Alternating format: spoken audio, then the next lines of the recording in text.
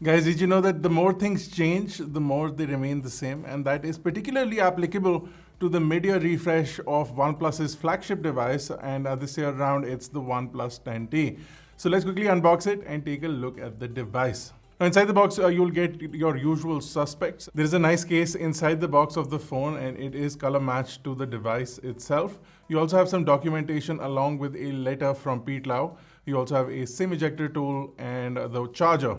Now the charger is a 160 watt charger, and we'll talk about that in just a second. And then you also get your USB cable. Taking a look at the phone, you'll not be confused with any other device. This is basically a refresh of the OnePlus 10. But there are a few things missing right off the bat. First and foremost, the Hasselblad branding is gone. So that is something that you will not see on this device. And of course, there is no switch to shift between different styles of notifications. Although you can do that from the user interface, you could always do that from the user interface. But you do not have the physical switch. OnePlus says that they needed more space inside the device for the larger battery, for more space for the cooling system, for the newer chip. So that is why they had to ditch the switch. But what they're saying is that it doesn't mean that the switch will never return. It means that in this generation, there is no notification toggle switch. So that's something that you have to be wary about. If that's a feature that you like or enjoy, it's not available on this device. Right off the bat, the first thing you'll see, of course, is the display, and this is a 6.7-inch display with a 2412 by 1080 pixel resolution. This gives it a 394 pixels per inch of pixel density. Now, we do have a variable refresh rate between 120 Hz, 90 Hz, and 60 Hz, and it is adaptive, but unlike other devices that you can get in the market, this will not dim down to just 1 Hz to save on battery life. It is only adaptive between those three settings, so if your content is lower than that, then this device will struggle to deliver as far as those refresh rates are concerned. Now this is of course the Fluid AMOLED display that OnePlus has been using for a while. It looks good on the device, and it has a touch polling rate of up to 1000 Hz, which is super responsive, and it actually shows in the usage of the device. This is of course P3 rated, and it is a 10-bit display. It is HDR certified as well. This is overall a pretty impressive display to have on a device. Here's hoping that the prices don't come to match. You also can see the fingerprint sensor is in the display, and you also do have a front-facing punch hole camera over here. The rear layout, which actually looks like 4 cameras, is actually 3 cameras. So you get a main 50 megapixel sensor. This has a 1 micron pixel size again, and optical image stabilization along with electronic image stabilization, and you also do get an f1.8 aperture. The secondary camera is an ultra-wide camera, and it gives you an 8 megapixel shot along with a 120 degree approximately field of view and an aperture of f2.2. The third camera is a 2 megapixel macro camera, and on a flagship, that seems really pathetic, but that is the third camera on this device. The phone will shoot 4K video at 60 frames per second, 1080p video at 60 frames per second as well. The video is super smooth. You can turn on electronic image stabilization to give you like that hyper smooth sort of a smoothing. But you can also do that in post, and certain cases it will work better in post instead of doing it on device. You do have tons of other modes, including a high-res photo mode along with raw photography. You can also get into the professional camera, the macro camera. All of those features are available in the camera app. And you can also turn on HEVC video. So if you're using any of those modern formats, you will get that on this device as well.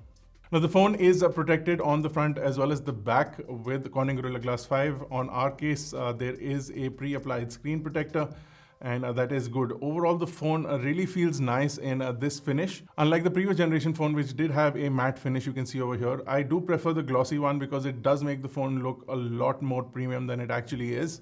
And or I should take that back because this has become quite premium nowadays.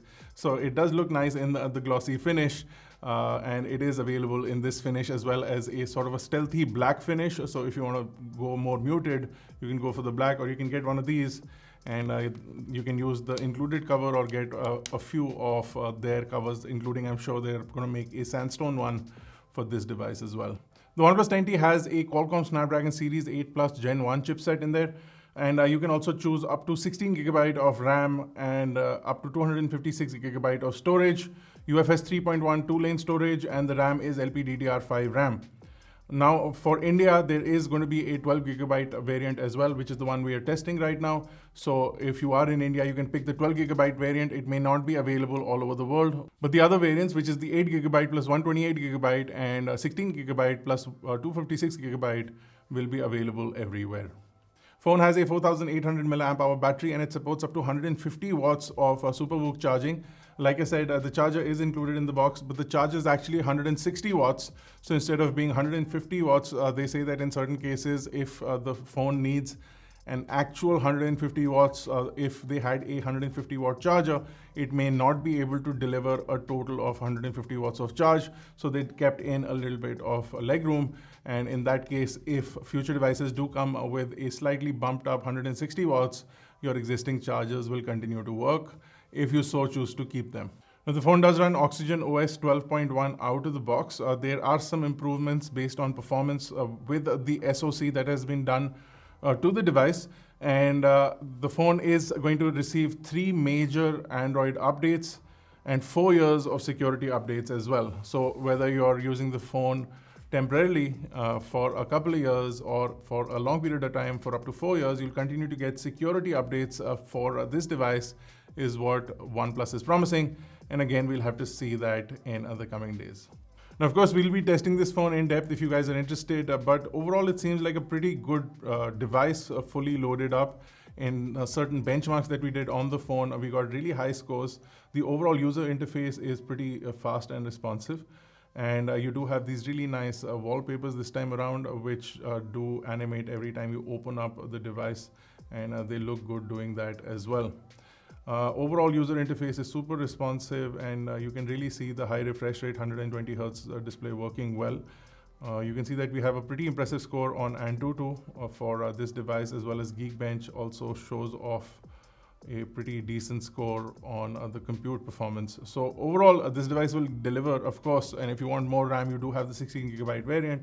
And if you go into the settings over here and go into About Device, and then you tap on RAM, you can add up to 7 gigabyte of virtual RAM from your NAND flash as well. So because it is fast storage, you can use that as RAM as well. So that virtualization is also happening on the device. So that is absolutely fantastic. So that's it for this video, guys. If you enjoyed it, don't forget to smash the like button, hit the subscribe button if you're not already a part of Team iGyaan. Drop all your feedback in the comment section below, and make sure you hit that subscribe button, and I will see you guys in the next one.